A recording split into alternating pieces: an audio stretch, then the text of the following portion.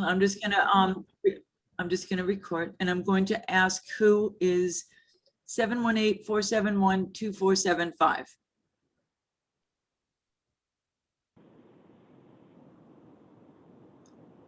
Hello?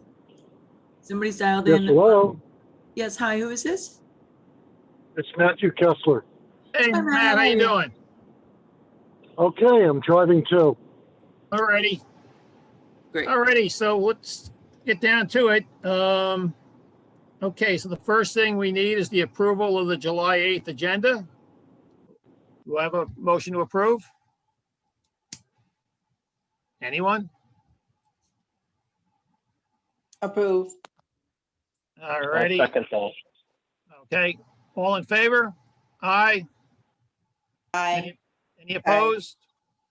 Okay, so the agenda is approved. The minutes of the May 13th meeting, did anybody see anything in there that didn't look right? Okay, can I get a motion to approve? Approve. Approved. I'll second it. Alrighty. All in favor? Aye. Aye. Any opposed? Okay, motion carries. So we have the approval of the agenda and the minutes. I'll just do a very quick chairs report. Wasn't a very exciting last few weeks. Still no movement from the governor's appointment office regarding additional appointments to the council from Suffolk County. Nassau County still has not submitted any names to Albany for their open seats. And we'll be following up with Nassau again later this month. Based on our concerns regarding the homeless in Penn Station, Newsday ran a front page article, quite extensive. Unfortunately, it's still too early to see if that will have any effect on the situation. We will schedule a follow-up meeting with the MTAIG sometime within the next month or so to see if any further progress has been made regarding the audit that they were conducting with the agency that handles this problem in Penn Station. I attended my first Long Island Railroad Commuter Council Metro North Railroad briefing in advance of the MTA board meeting last month. And I voiced my objection, along with a couple of other board members, to the establishment of a new entity to run the East Side Access Facility. My primary objection was the fact that they were looking to outsource track and signal maintenance within the station, which makes absolutely no sense. I could see them outsourcing maintenance. I can see them outsourcing rental of space, but not track and signal maintenance. Based on our objections, this item did not appear on the June board agenda. I don't know whether it will appear on the July agenda or not, but I will keep everyone posted. I also attended my first MTA board meeting last month, and I kept quiet for the most part, just trying to get the lay of the land. But I did raise the issue of making the Willets Point U.S. Tennis Center Station ADA accessible now and not waiting on the Port Authority. But unfortunately, I did not get a very positive response on that. So they're still going to wait on the Port Authority air train before they move forward. PCA leadership, myself, Lisa, Randy, we had a meeting with Senator Comrie's office and staff yesterday to discuss our plans to request further expansion of the Atlantic/Freedom ticket. Senator appeared to be very receptive to the idea. And as we have already met with Phil Lang and Kathy Rinaldi on this matter, our next step will be to make a presentation to the new MTA chairman and or CEO once the matter of finding Pat Foy's replacement has been resolved. And if we have a quorum today, which we do, during new business, I'm going to bring up a couple of things. One is I'd like to send a letter to the CDC and the New York State Department of Health asking that vaccinated riders of the Long Island Railroad no longer be mandated to wear masks.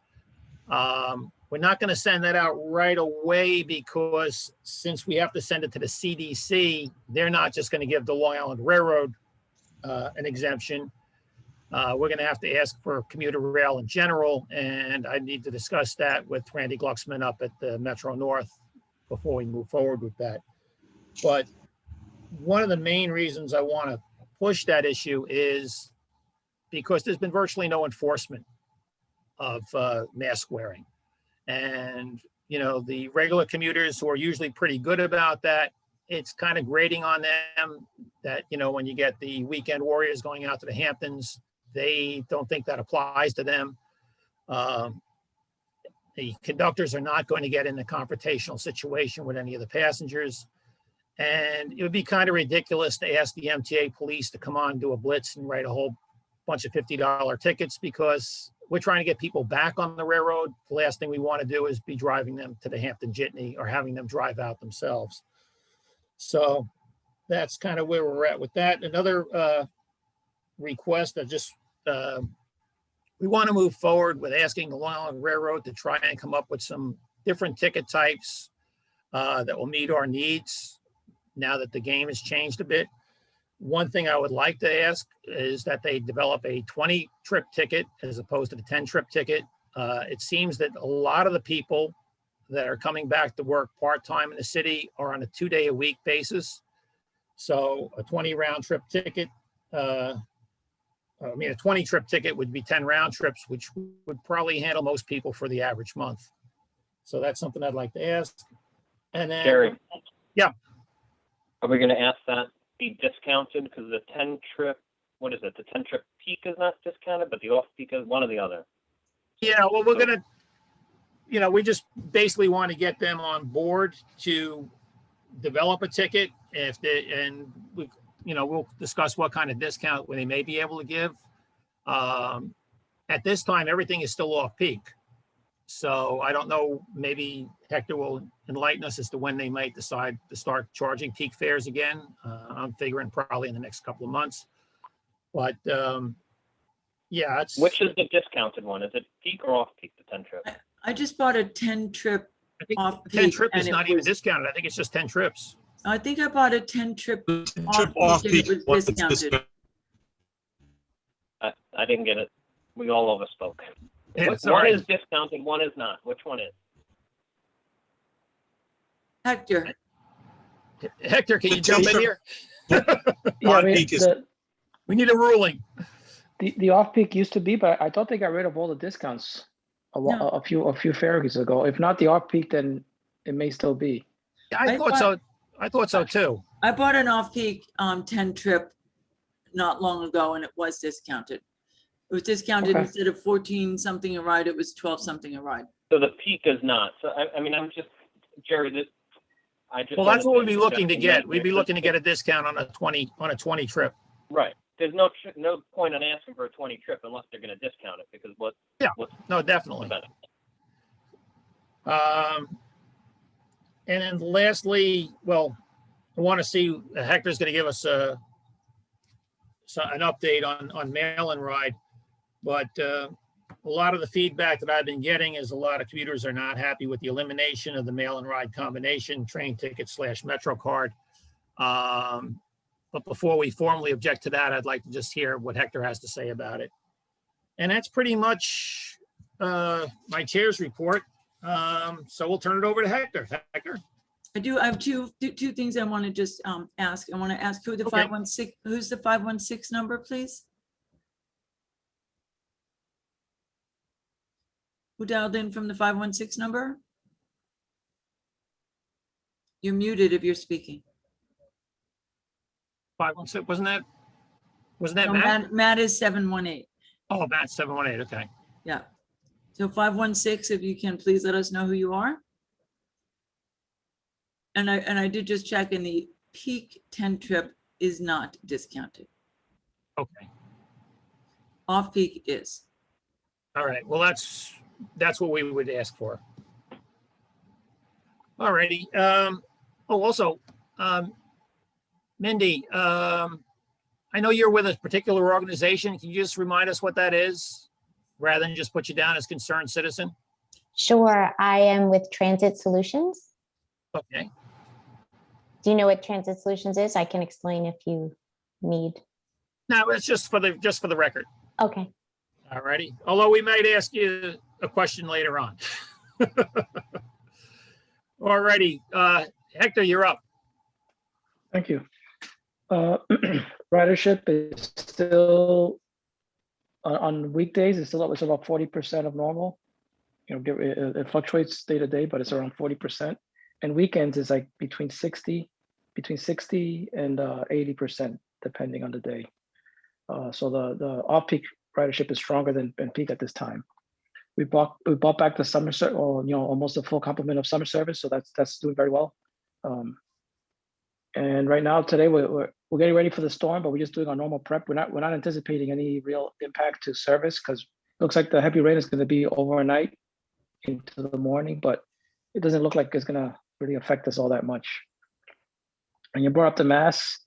We have started seeing an uptick in complaints about people not wearing masks, so we're dealing with that right now.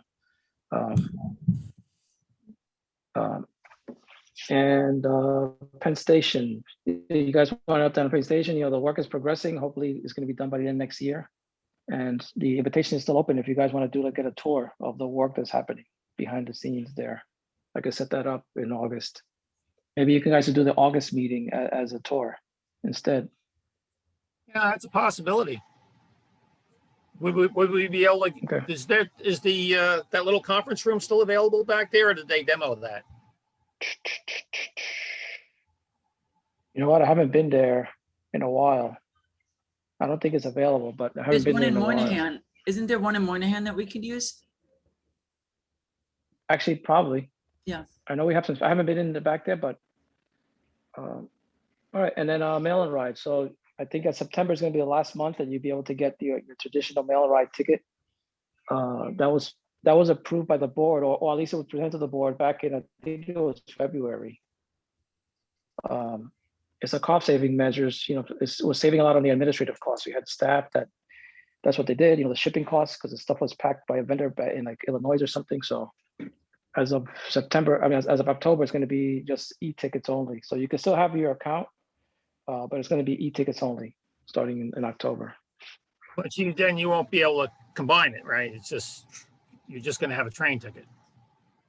Correct.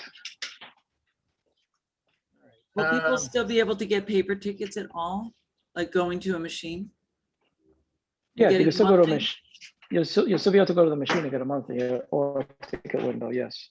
And if you go to a monthly or if you go to a machine or to a window, can you get it with the MetroCard combo?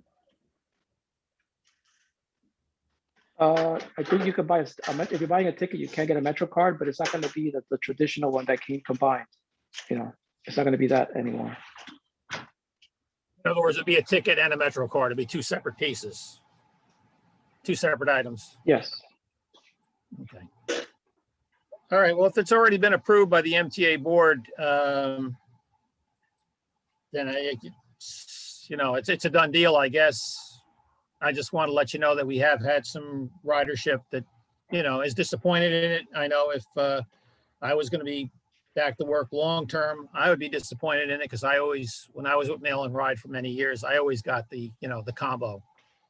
But it's all right. We like to choose our battles, and I don't think that's the hill we want to die on. So let's take that off the end. But maybe with Omni, there could be a request.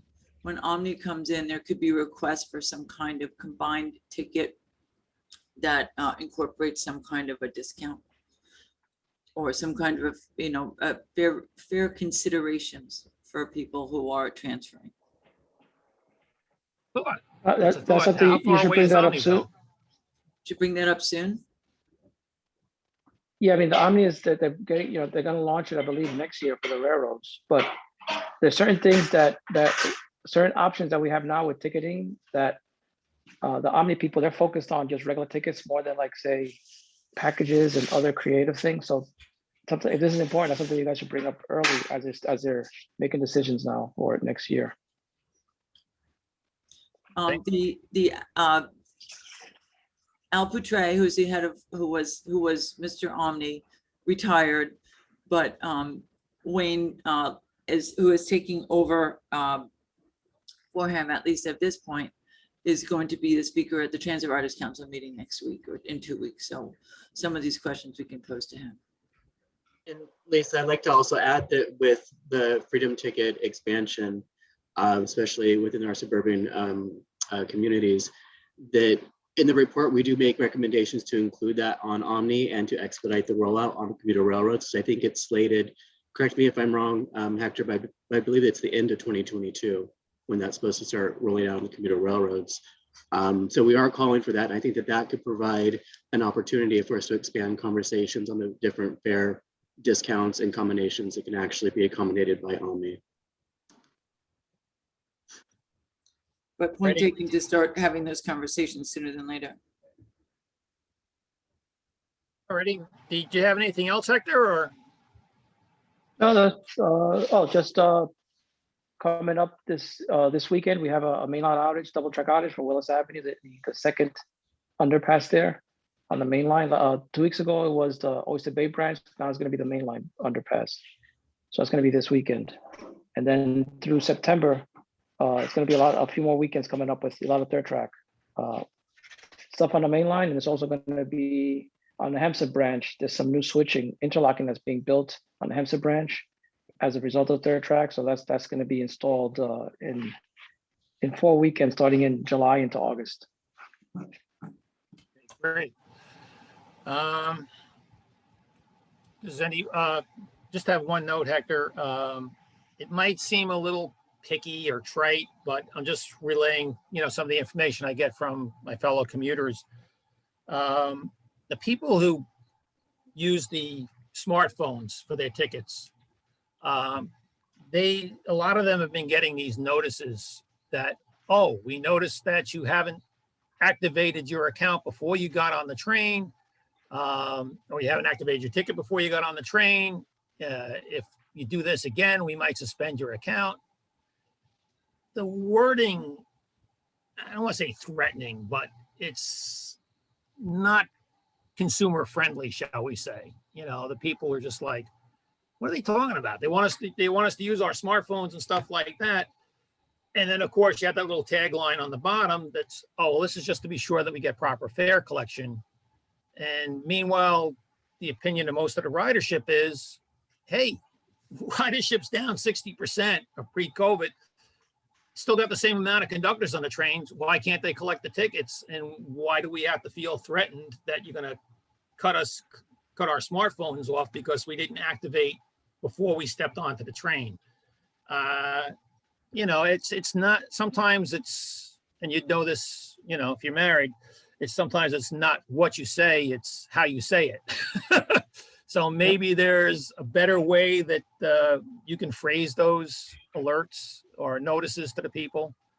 Because a lot of people, it's not like everybody's trying to beat a fare, sometimes they just get on the train and they wait till they sit down and they get settled before they turn their device on or check on it. So again, like I said, it's a minor issue, but I know it's kind of rubbed several of our commuters the wrong way, and I just wanted to bring that to your attention.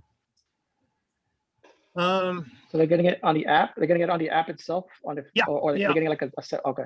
In fact, I'll email you a copy of the notice that the people have been getting, and then maybe you can Okay, yeah. talk to your people about a nicer way to phrase it. Okay, that's fair. All righty. Yep.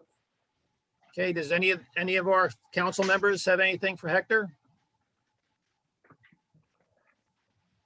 I saw Andy Pollock on. I want to ask a question for him. Like, I know an ongoing thing Hello, during Hector. midnight outage weekends that we have. Have you actually taken the overnight bus from that we've been running on those mainline outage weekends? No, I haven't. But I was actually going to discuss with everybody Fort Washington branch, and after some comments I had made at the board a couple weeks ago, I've had some second thoughts about what I said. And I realized in the long run regarding the Port Washington branch, getting the last part of the concrete tie installation between Bayside and Great Neck now is better than, let's say, doing it in the fall, because we are expecting the ridership to increase, hopefully after Labor Day. And Chairman Foy at last month's meeting said, well, this is it. This is the last part of it. We just have to do between Bayside and Great Neck. And realizing that this is only going to be a bare minimum on Met games at Citi Field, specifically during weekday matinees and weekend games, and maybe some minimal effect on the New York Auto Show next month. Getting it done now means it's completed. We have the whole Port Washington line with concrete tie installation. It'll certainly feel much smoother than wooden ties, obviously. And, not just Labor Day ridership increasing, but let's say the Mets do hopefully make the playoffs and, hopefully we get it done now. In the long run, then you'll have more service available in October per se if the Mets are playing past the regular season. So I'm going to rebuke my comments I said last month. So that's all I have to say for now. Okay, thanks, Andy. That's good. That's good to hear, because that was the logic, because it was going to happen later in the year, but then it was decided it was less of a risk to do it now because of returning ridership in the fall. Right, and that's the feedback I've been getting from a lot of my fellow commuters, is that we should see an uptick come September. Some of the firms are starting to bring their people in a couple of days a week over the summer, but a lot of them have kind of targeted September, October. And then, of course, in September, New York City schools are going back to all in person. So we have a lot of our teachers who are working from home that will be on the trains too. So, and plus I'm going back to work next week. So I'm just bringing that up as well. And Andy. Alrighty. Anything else before we let Hector go? Have we Going figured out who once. 516 is? 516 phone number identifier, please.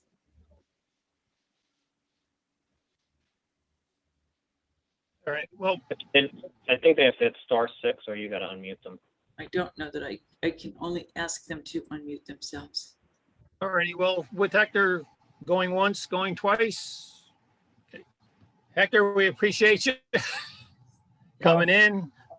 Hopefully you'll get home before the rain gets too bad. Alrighty, so that brings us down to old business. The only old business that I wanted to discuss was the WageWorks situation. I mean, we've got it all the way up to the Senate Majority Leader going to bat for us on this. I don't know how much further we can go or what we can do. If anybody has any ideas, I'd love to hear it. But I guess what we can do is follow up with Senator Schumer's office and see if they've gotten any further feedback from the IRS. I would think if they did, they would have contacted us. But So I reached out to them. I press reached out to them today. what's that? I reached out to them today. Okay. I had gotten an email from somebody who's now we're starting to get not just people who have money trapped, but whose cards are starting to expire and are trying to figure out what to do with them. So an additional group of people. Just asked if they'd made any progress. And the two main people who have been working on it most closely are not in the office right now. So I'll follow up with them next week. But I did suggest that perhaps, since we've had a press conference on Long Island and a press conference in Westchester, maybe it's time to have one in New York City, which is where, maybe they will have the big dog press come out too. Okay. So That's something we can certainly suggest. It sounds good to me. Is there any other old business that anyone wanted to bring up? Alrighty.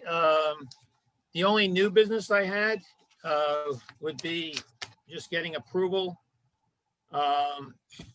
Again, so I just would like approval from, or just be sure that there's no objections from any of our council members, that we do send a letter to the CDC just asking that vaccinated riders no longer be mandated to wear masks. Because of the situation with half the people wearing them, half the people not wearing them, lack of enforcement for whatever reason, I think it's definitely the way to go. But again, we would consult with the Metro North Council before we send anything to CDC, because we would have to say a general commuter rail. And so does anybody have any objections to that? Yeah, Jerry. Yeah. You guys hear me? Yep, we can hear you, Larry. I kind of wonder if that's not a good idea, because now with the new variant going on, it's hard to go back once you take them off. Right now, I don't know if you've heard, but no longer are going to be participants in the Olympics because COVID is running rampant. So there's going to be no audiences or anything like that. I think asking for that right now when this variant is out there, I think having some people with masks, because people are lying left and right, whether they're vaccinated or not. So in my opinion, I think asking for them to have no mask would be a bad thing at this point in the game. My opinion. All right. All right, I just saw something in the chat from Andy. Andy, can you elaborate on that? Where'd you get that information from TSA? So what happened was the TSA extended the face mask requirement until Monday, September 13th. Mhm. That's when TSA is going to supposedly lift the mask requirement. But I am in agreement with what Larry said about the Delta variant. We just don't know the circumstances with it yet. And there is a slim possibility that TSA could require travelers to keep the mask on possibly after that date. So that's the airlines, right? So that's why it's all federal. It's a federal requirement for all transportation. My understanding is also, Hector, if you're there, that even people who, even though we as MTA employees, technically, if we're in an MTA building and we're vaccinated, may not need to wear masks. If there are MTA employees who are working in maintenance shops and yards, are required to wear masks because of the federal oversight and safety requirements. Am I correct on that, Hector? Federal mandate that it doesn't matter if you're vaccinated or not, you have to wear a mask in shops. Yeah.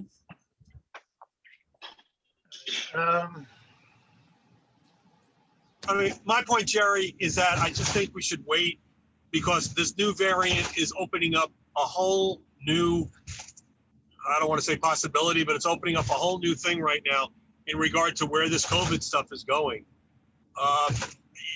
We all know I travel with the governor, and I know the CDC doctors because I speak to them all the time, and they are very worried about where we're going to be going with this new variant and what it's going to do. And it could very well start a whole new epidemic, and we could go back to where we were 6 or 8 months ago, real easy.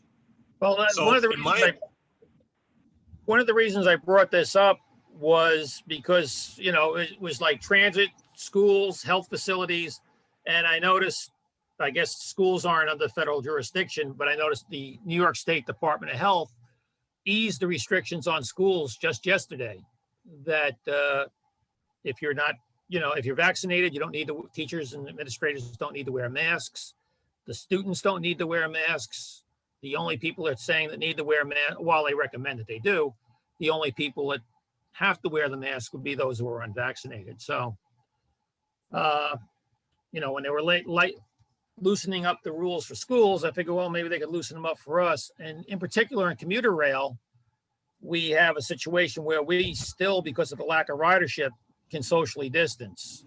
Well, that's I would never suggest that for subways because the subways are quite crowded during rush hour. Right. The thing is, even Long Island Railroad trains are starting to get crowded on rush hour due to the decrease of normal trains. So I've been on trains where I had to take a seat next to somebody. I didn't have a choice. And I'll be honest with you, I would probably say, so I'm trying to be nice for the minutes. People are liars and they'll say they're vaccinated when they're not.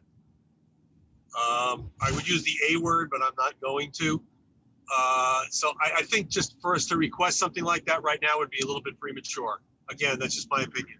All right. Well, then, any ideas from anybody how we deal with the people who don't think this applies to them? I think either way, I was on the train yesterday, obviously, to go to the tour. I'd say 50% of the people have them on and 50% of the people didn't. So if they're not going to enforce it, why require it? It has to go hand in hand. If you're going to require that was the point I was getting with. I mean, they make the announcements, but the conductor. I mean, they literally won't say came around, they won't even say tickets, collected tickets, and people were not wearing a mask. It's not like they had a water bottle or a coffee in their hands or anything like that. So yeah, that's what I'm saying. It's not being enforced. The MTA doesn't have enough police officers to come on and do a blitz, even if that would be a good idea, because we're trying to get people back to the railroads. And I'd say on, Just a on the very, very platform, frustrating situation. on the platform in Hicksville and even in Jamaica, probably 25% of the people were wearing them. So they put them on when the train pulled up, and that was only, Yeah. again, gained maybe another 25%, but if it's supposed to be worn even when you're on the platform, and that's where it could be easier enforced by MTA police than actually on the train, but everything should align, and unfortunately they're not enforcing. So And I know that people don't pay attention to posters or signage, but have you guys noticed, is there ample signage on the trains that say you must wear your mask? Are they like posted all throughout the trains and in the stations, or is that pretty sparse? They make announcements at every station regularly. They make the announcements, and they do have this ugly yellow poster about, showing you how you should wear your mask, where it's like down, no, that's no good. It's your nose is exposed, close but not right. And then they have it with the guy with the mask on the way it's supposed to be. So they do have posters, they do make the announcements, but again, the conductors do not want to have any confrontation. So they don't even mention it to you if you're not wearing a mask. They just, well, and I think that's punch a why, ticket I and mean, walk obviously on. I'm in retail. Every retail place don't want to be the mask police, and that's why they're going by the honor system, except for the 3 areas that you mentioned: transit, medical, Schools and health. Yep. and schools. And schools are already pulling it back. They said summer school, you could take them off for New York. They announced that yesterday. The only thing they did hold back was they said they were easing the restrictions for summer school, but they were reserving the right to reinstate it for the fall. And I guess that's because of the Delta variant. All right, so Christopher has his I don't think, feedback I mean, also. if we scale it back, I don't think it's going to be a problem to put it back. Will people follow it is another thing, but yeah. All righty, so I guess I got my answer on that. So- Christopher Greif has his hand raised. All right, Chris. Jerry, just to add one thing regarding the mask, the problem is also, and to answer Bradley's question also, as I travel on the trains out to the other end of the island, I don't think the signs are the correct one, because they're more for the inside, but they should be putting in saying, once the train comes in, you must wear your mask on the train. And it's I'm seeing a lot of people, when I was on the train, it looked like only me and my mother were the only 2 wearing a mask. Everyone else looked like once they see me with my mask on, they run to the next train car. And that's not funny, but it's like, follow the rules, or, be honest with you. But I don't really see a lot of the signages saying you must wear your mask on the train at all stations. And to be honest, they need to work on that as well. And especially, they should be making those announcements on the train saying, please, and once you're on this train, you must wear your mask. Like, not just once, but every station when they come to a station. Please wear your mask. And I don't see the main announcement at the station. Yes. why would we want to say once you're on the train? They should be wearing it even when they're not off the train. When they're on the Technically, they're platform, supposed to wear them on the platform as well. yeah, I think so they you don't relaxed want it to that. say when you I get thought on they the train. relaxed that on the platforms. Technically, it's on. Technically, you're all correct, but that's where the mix-up is coming in. Once you're outside stations, I think they're mixing up with the subway ruling, and it's coming to the Long Island Railroad. They're thinking once you're outside, the train doesn't go in the tunnel, they don't have to wear the mask. It needs to be very clearly to say you're on the station. Once the train comes on, you're supposed to be putting the mask on. This is what I found out. I don't think that's clear enough, Chris. That's confusing it I more. agree. Because once It's not they clear. step on the property, they're supposed to wear the mask. We shouldn't say when you get on the train. It should have already been on. I agree with you, and I'm just saying what I'm finding out from the mask division as I do mask force. You're right about it. They should, once they're in the MTA property, they should be wearing the mask at all times. But there's a lot of mix-ups. Jerry can say one, Brian, you can say one, I can say one. There is so much confusion. They just should have just left it alone. As you just said, that once they're into the transit system, they should be wearing the mask. Plain and simple. All the signs that I've seen say that as you enter stations or get on platforms. Yeah. It says you must wear a mask while on property stop. Agreed. I disagree with you. I don't think it's confusing because I think it's very clear. What people do is different. But the signs are on every station door, as you're going into waiting rooms, as you're going into the heating rooms, as you're going up the escalators, elevators. It says you are now on the property. You must wear it while on the platform, in a waiting room, and on the train. And that's one thing, that's what I'm saying, is the signages needs to be, you know, a drop. I like the signs that they have, but the thing is I think people are not really looking at it, or they're confused. I don't think people care. I think it's about That's enforcement. another one. People, they don't No, care. it's They see it definitely- there, they don't read it, and they're going to It's do what mass they want. fatigue. They're We don't just need to done. clear the signs. We don't Yeah. need to ask for clarification of signage. It is very clear. It's what people do about it, though. All right, so just, Yeah. No, I'm Okay, just so- saying that there is also signages not at stations also. That's another problem too. all right, so maybe what we can do is we can, obviously, we're not going to send a letter to the CDC. We're just going to roll with this. But maybe what we could do is talk to the railroad about somehow better signage or more clarification, or just making it very clear. I mean, Brian understands it. I understand it, but apparently some of the idiots don't understand it. But, you know, A simple solution also is conductors, obviously they don't want to be confrontational. You don't have the police to do it. But if they had a little card or something that as they walk by with somebody with a mask, they can just hand it to them, say, please observe the rules, and hand them a card. Something as that might be simple a as that. union issue. They can't even hand the masks. So. Yeah. Okay. Alrighty, so basically, okay, we're not writing a letter to the CDC. The mail-in ride, unfortunately, is a fait accompli. So basically what we'll do is, I'll work with Lisa. We'll develop a request to the Long Island Railroad to develop different ticket types. In particular, I think the 20 trip would be the one we should start, but a 20 trip with a discount. Does anybody have anything else? You I do. handle that, or? Yep, I do. As I'm driving at a grand total of 10 miles an hour. I apologize to Bradley ahead of time because I meant to send him a letter about this, but I never did.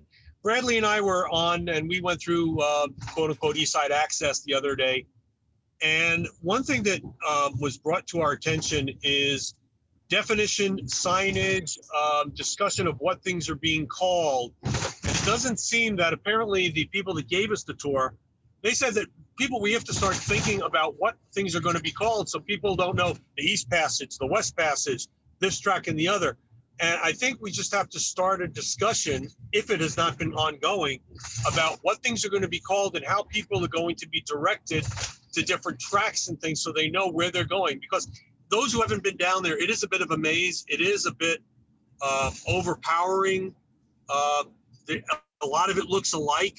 It's easy to get lost. And, you know, we were told that there's no real discussion as to this is the East Passage and this is the West. Well, when you're down there, what the hell is East? You know, there hasn't been any real discussion yet about what things are going to be called. And we're basically 18 months away from a potential opening. So I think, I don't know, Bradley, you have any input on this now, of what things should start to get called, what our recommendations would be, and should we start meeting with people to discuss what it should be, and or if they have any ideas, what the hell are they doing? Yeah, I think that definitely asking, first off, just asking the railroad questions of what thought has been put into this, and if they're coming up with any plans and what their timeline is on that. I also think that Paige, who led the tour, because she's been down there for a good 6 years, she really understands the layout of the station, and she's had to identify it in certain ways so that she doesn't get lost. And I think that it'd be really helpful to have her, you know, if we could coordinate a meeting once we first ask our questions and bring her into the process, because she could provide a lot of insights to the railroad and how to navigate that. But I think that it could go into something along the lines of kind of like travel training that they do for New York City Transit. It's more for safety measures, but it could be something that is an orientation to the station for riders, and that's something that we could help with. We So I think that's spoke something about we can that. look at. We spoke about that as well when we were there the other day, and about the need for there to be ambassadors and to be people who were directing travelers when they were down there. I think a big issue is that there's still no clarity as to who's gonna run the station. The tracks will be 300 level and 400 level, which will be helpful to differentiate them. But there's nobody, you know, the Long Island Railroad should be in charge of this, but there's a new entity that's being invented. But we don't know, Well, when that's being proposed. I don't know if it's actually going to happen, but it's being proposed, but it's going to get some pushback. But it's at the point now, When I where if it doesn't paid- happen when soon, I it's paid- there's gonna be no ability to run things because of the timing. Right. Well, and it could be something that the railroad could be a bit more assertive with, so that when that entity does get identified, if that actually gets passed, and they can come to them with some of these items to help riders out in the long run. Right. When I asked Paige about what are the track numbers going to be, and Lisa, you just touched on it. She said like the upper level is going to be 300, the lower level 400, vice versa. But it's going to continue the track numbers that are already in Grand Central Terminal. And I asked her, well, when will there really be a naming convention to it? And she said, until it's turned over to the Long Island Railroad, that's when they'll come up with how it's going to be named or what. Because right now it's like one escalator is green, the other one's blue, the other one was like a gray tile, whatever. So she said each one like that, you know, would be 45th Street, 44th Street. So they were going by the numbers, the colors, and then these track numbers. But she did make that comment that once it's turned over to the Long Island Railroad, that's when they'll start to put together like the marketing aspect behind it or the training plan behind it. And I commented saying, this is not going to be a 2-week training. This is going to be months leading up to it. And then once it's open, you can't just have, you know, people in there supporting for like 2 weeks. It needs to be like several months, because you don't know when people are going to take it. It could be commuters, it could be people that aren't as often, and there's going to be a huge learning curve. So she understood it, our need, but it didn't sound like it was that solution was going to be made while MTA and this construction is still going on until it's turned over to Long Island Railroad. So they now don't want to almost put the effort in until it was turned over, is how she made it sound. All right, well, it's some for us to keep an eye on, that's for sure. Hector, is there any plans that you know of for naming Passenger and- communications and wayfinding and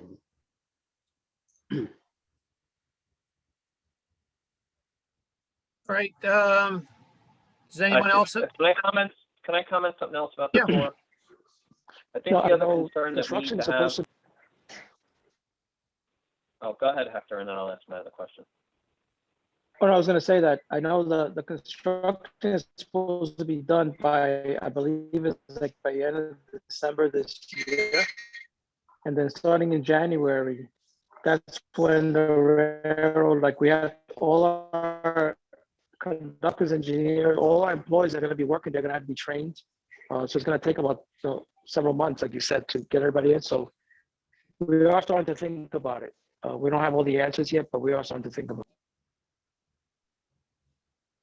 it.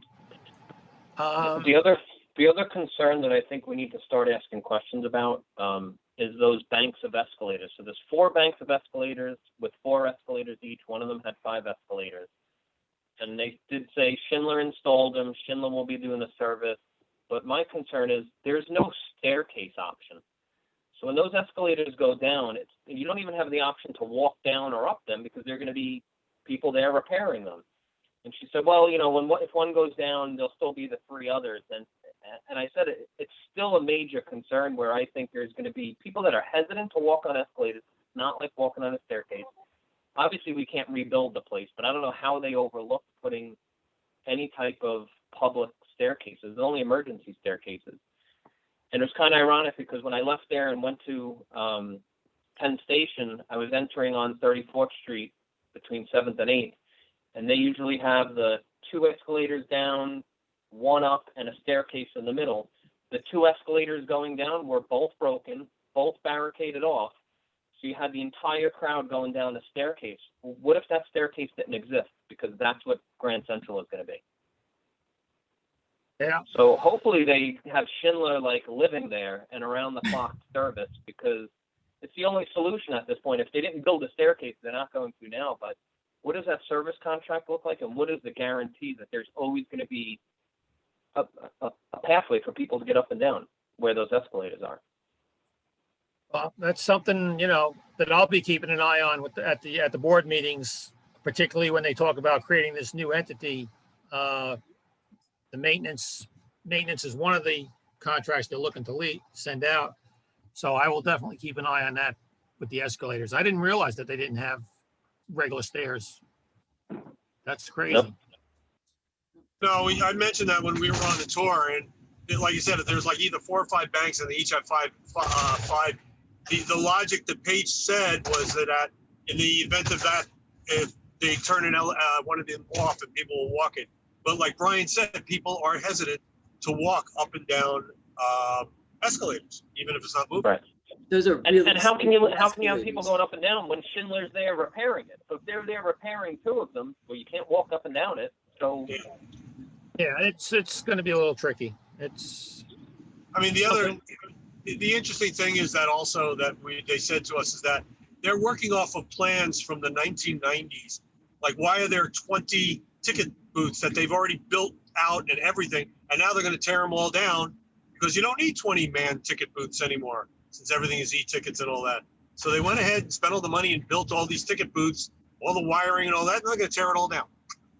And Yeah, Larry, it is. that reminds me too that in one of the ends of the terminal underneath, I can't remember what building it is, but they went and the railroad went and built all this infrastructure, and then it was just torn down by this private developer, and that money was never recouped. So basically they built all this, never got reimbursed for the money, and then of course the private entity went in and paid for the overhaul of that section of the terminal, but yet that was still money that was wasted. That was just tore down, so it was for nothing. And that's Well, in the Chase building, right? Where Well, yeah. Right. Well, it's not for nothing because they have to, as I remember, they've said they have to return it to the way it was. So even though they tore it down, they got to pay to build it back and to put everything back. So the MTA spend it one way or another. They spent it to be built in the first place, but it's got to get put back. So it really wasn't money wasted per se. Obviously, it could have been built once, but somebody's making some extra money by tearing it down and building it a second time.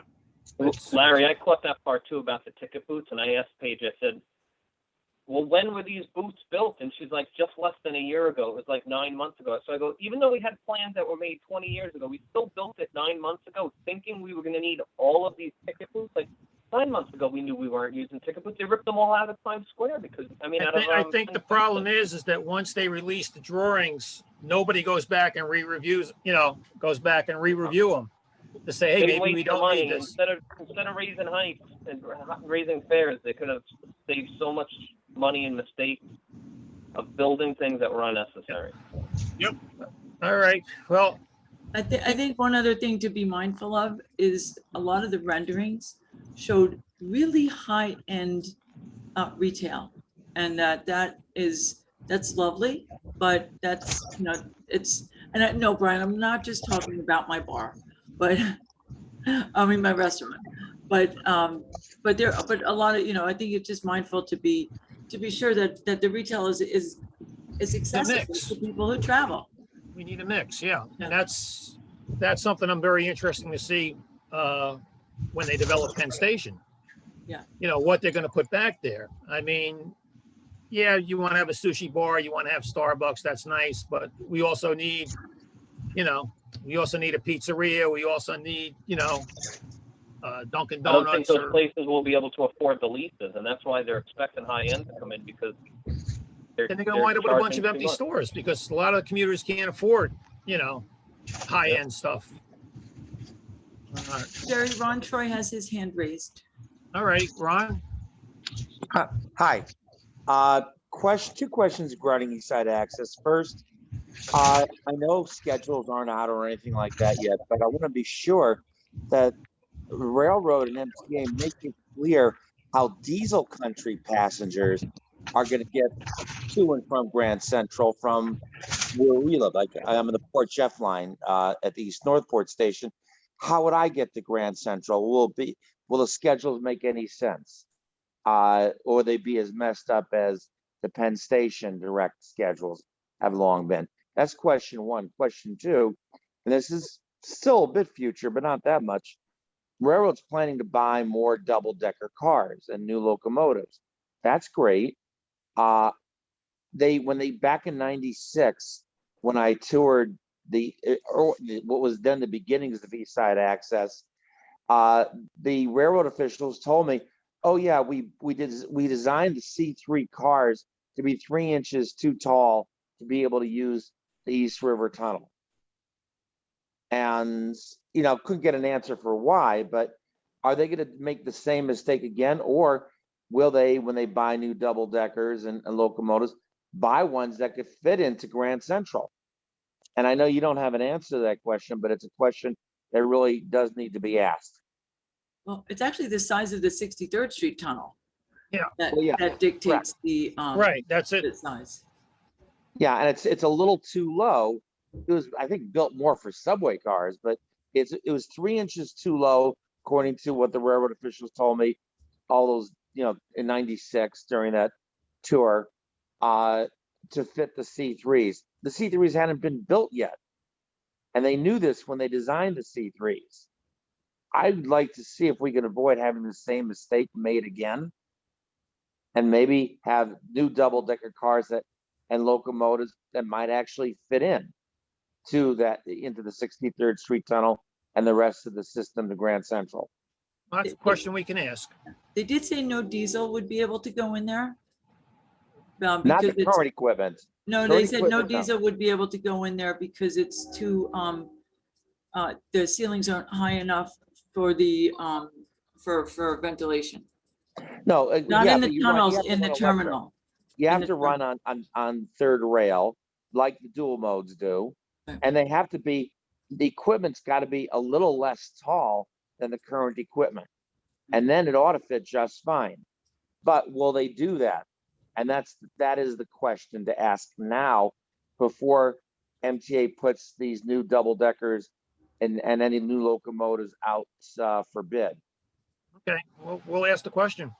Thank you, Jerry. Anybody else? I just wanted to give a very short update for Transit Solutions. As you know, our mission is to promote transit, to reduce traffic and improve air quality. Just letting you know that in the presentations that we've been making, schools, healthcare facilities, corporate, we're getting very positive feedback on the Train Time app, and we're doing a lot of education around it. We also this year are moving forward with Car Free Day Long Island and Long Island Mobility Week. And there is a big theme this year around active transportation and connecting like bike to train. And with the Suffolk County rideshare program, the bike share program, being very successful, Nassau County has an RFP out too. So that's something that we're following and studying and looking at what makes a community ripe for bike transit connectivity. It's something that, has been very challenging on Long Island. So it's something that we're looking into. Do you have a date for Andy? Car Free? Yeah, September 22nd. It's a Wednesday. You mentioned about bikes and transit and whatever. We may wish that sometime in the not too distant future, set up a meeting with you or some of your staff regarding that. There's some legislation where we might be getting tasked with some of the things you're saying. That's not our wheelhouse. We have Bicycles are not our wheelhouse. The USGBC, the US Green Building Council, has a sustainable transportation committee that I sit on, and we are all working on this, so we can definitely help there. Great. Okay, now we may be reaching out to you in the not too distant future. Yep. Great. I'll be happy to help. Thank you. Before we wrap this up, anybody else? I do. I have one thing that needs to be congratulations to Matthew Catherine, who's now on the Accessibility Actor Committee. He's now on the new set, the MTA accessibility. also. So we want to congratulate Matthew Castro. Welcome to the ACTA committee. But please that will be coming up this fall's meeting. And I do want to wish, because you know it is July, we want to wish everyone a happy ADA 31. As you know, they just had their meeting an hour ago,